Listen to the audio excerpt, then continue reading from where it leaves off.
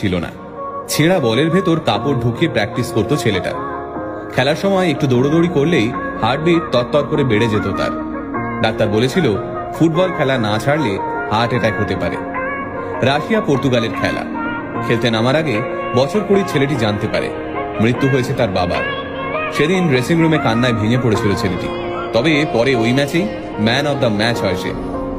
একসময় ছেঁড়া জামা পরে স্কুলে যাওয়ার সময় যাকে ব্যঙ্গ সহ্য করতে হয়েছিল, আজ সেই ছেলে পৃথিবীর সবচেয়ে দামি ব্র্যান্ডের জামা কাপড় পরে। আজ সেই ছেলেটারই সম্পত্তির পরিমাণ প্রায় 8,000 কোটি টাকা।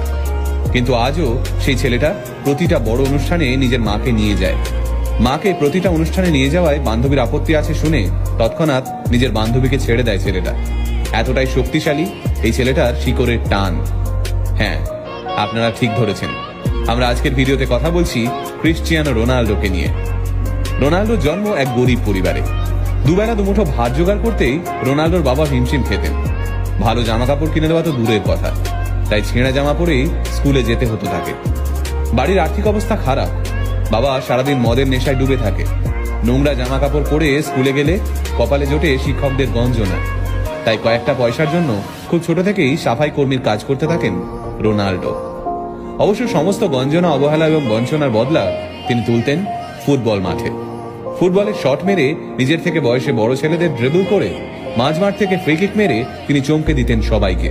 এমনিতে রোগা লিকলিকে চেহারার এক ছেলে, কিন্তু মাঠে নামলেই যেন তার উপর ভর করত এক দানবীয় শক্তি।